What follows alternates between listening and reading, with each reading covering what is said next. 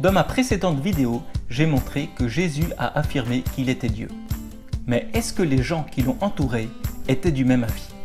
Est-ce que le reste de la Bible va aussi dans le sens de la divinité de Jésus ou bien était-ce l'idée d'un seul homme? Commençons d'abord par les affirmations explicites. Au commencement était le Verbe, et le Verbe était tourné vers Dieu, et le Verbe était Dieu. Et en lisant la suite du texte, nous comprenons assez facilement que le Verbe dont il est question ici, c'est Jésus-Christ. Un tout petit peu plus loin, Jean chapitre 1, le verset 18, nous dit « Personne n'a jamais vu Dieu. Dieu le Fils unique, qui est dans le sein du Père, nous l'a dévoilé. » Ici, Jésus est appelé Dieu le Fils unique. Toujours l'apôtre Jean, au chapitre 5 de sa première lettre et au verset 20, il écrit « Nous savons que le Fils de Dieu est venu et nous a donné l'intelligence pour connaître le véritable. Et nous sommes dans le véritable en son Fils Jésus-Christ. Lui est le véritable, il est Dieu et la vie éternelle. » En Actes chapitre 20, verset 28, l'apôtre Paul fait ses adieux aux responsables de l'église d'Éphèse et il leur dit « Prenez soin de vous-même et de tout le troupeau dont le Saint-Esprit vous a établi les gardiens. Soyez les bergers de l'église de Dieu qu'il s'est acquise par son propre sang. » Or nous savons que le sang est celui de Christ qui a été crucifié pour racheter les croyants et en faire un peuple. Romains chapitre 9 verset 5 nous parle de Jésus comme Christ élevé au-dessus de tout, Dieu béni éternellement.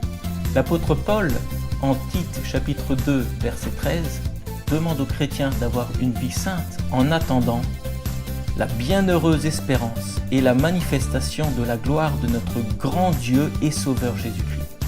Ici, dans la langue originale, le grec, il y a un seul article pour désigner grand Dieu et Sauveur, et cela montre que ces deux termes se rapportent à Jésus-Christ.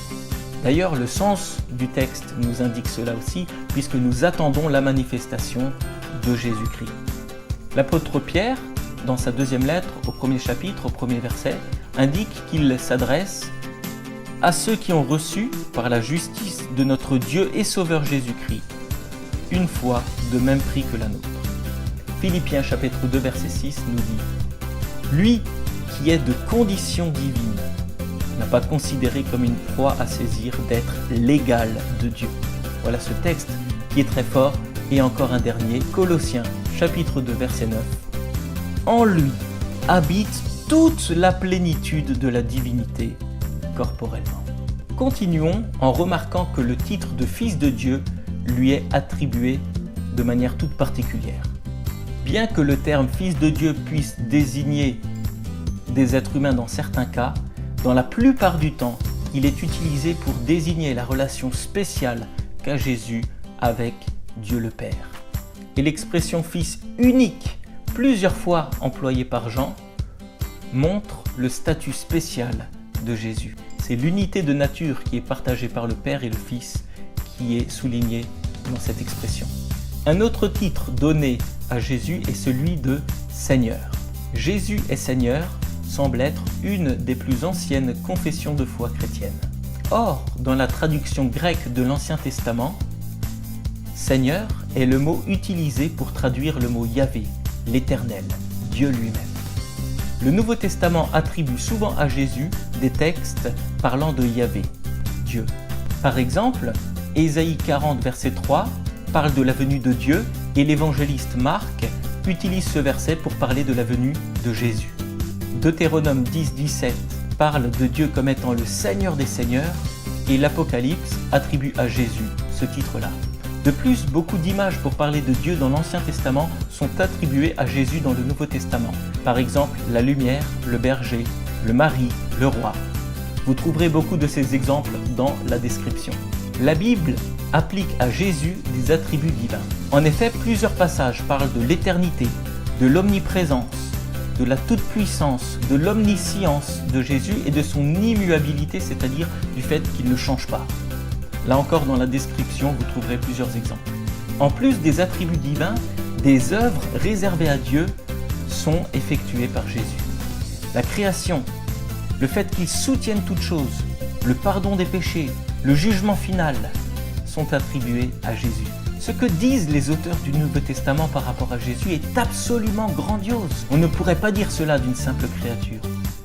Les auteurs du Nouveau Testament étaient absolument convaincus que Jésus était Dieu venu sur la terre. Pour finir, notons que Jésus reçoit les honneurs qui sont dus à Dieu. Il est prié, il est adoré.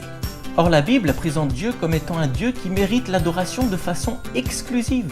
Si Jésus est adoré, c'est parce qu'il est Dieu venu sur la terre. En conclusion, on pourrait dire que c'est un tissu de preuves varié, très riche, qui affirme que Jésus est Dieu.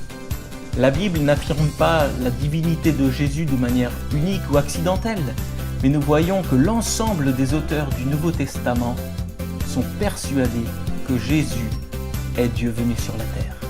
Si cela est vrai, alors il y a de l'espoir. Dieu ne nous a pas abandonnés. Il est venu dans notre condition pour nous faire comprendre qui est Dieu, pour nous montrer son amour et pour nous sauver de nos fautes. James Irwin, astronaute américain qui a marché sur la Lune en 1971, a dit « Dieu marchant sur la Terre est plus important que l'homme marchant sur la Lune ». Loin de vouloir élever un homme à la place de Dieu, ce qui serait une faute spirituelle très grave, acceptons cette révélation magnifique que Dieu a voulu prendre la forme humaine pour nous rejoindre.